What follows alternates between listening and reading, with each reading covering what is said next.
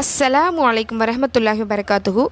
தொழுகையில் அத்தஹியாத்துன்னு சொல்லி நம்ம ஓதுறோம் இல்லையா, அது எதனால் வந்துச்சுங்கிறத பார்க்கலாம். அத்தஹியாத்து என்றால் அத்தகைய வணக்கங்கள் எல்லாம்னு அர்த்தம். இது எப்படி வந்துச்சு, எங்கேருந்து வந்துச்சு?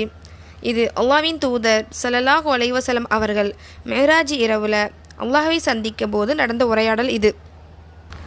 அல்லாஹ்வின் தூதர் ஸல்லல்லாஹு அலைஹி வஸல்லம் அவர்கள் சொன்னாங்க, அத்தஹியாத்து லில்லாஹி வஸ்ஸலவாத்து வத்தையிபாத்து. இதன் பொருள், அனைத்து வணக்கங்களும் தொழுகைகளும் நல்ல வார்த்தைகளும் அல்லாஹ்வுக்கே உரியன. அதுக்கு அல்லாஹ் பதில் சொன்னான், அஸ்ஸலாமு ஐயுஹன் நபியு வரஹ்மத்துல்லாஹி வபரகாத்துஹு. இதன் பொருள், நபியே உங்கள் மீது சாந்தியும் அல்லாஹ்வின் ரஹ்மத்தும் பரக்கத்தும் உண்டாகட்டும்.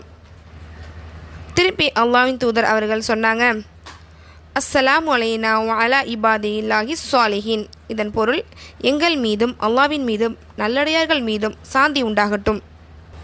மாணவர்கள் எல்லாரும் சேர்ந்து சொன்னாங்க, அஷ்ஹது அல்லா இலாஹா இல்லல்லாஹு வ அஷ்ஹது அன்ன முஹம்மதன் அப்துஹு வ ரசூலுஹு. இந்த அழகான உரையாடல் தான் இன்றைக்கி நாம் ஒவ்வொரு தொழுகையிலையும் அத்தஹியாத்தில் ஓதுறோம். இது தொழுகையில் எங்கே ஓதணும்னா, 2வது ரக்காத் சுஜூது பிறகு உட்கார்ந்து முழுசாக ஓதணும். இது வானத்தில் அல்லாஹ்வுக்கும் நபிக்கும் நடந்த மிகப்பெரிய சந்திப்போட ஞாபகம். அதனால தான் ஒவ்வொரு தொழுகையிலையும் அதை நாம் திருப்பி சொல்கிறோம். தஹியாத்து லில்லாஹி வஸ்ஸலவாத்து வத்தையிபாத்து. அஸ்ஸலாமு அலைக்க ஐயுஹன் நபியு வரஹ்மத்துல்லாஹி வபரகாத்துஹு. அஸ்ஸலாமு அலைனா வ அலா இபாதில்லாஹி ஸாலிஹீன்.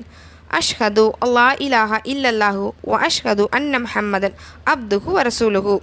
இதன் பொருள், அனைத்து வணக்கங்களும் தொழுகைகளும் நல்ல வார்த்தைகளும் அல்லாஹ்வுக்கே உரியன. நபியே உங்கள் மீது சாந்தியும் அல்லாஹ்வின் அருளும் பரக்கத்தும் உண்டாகட்டும்.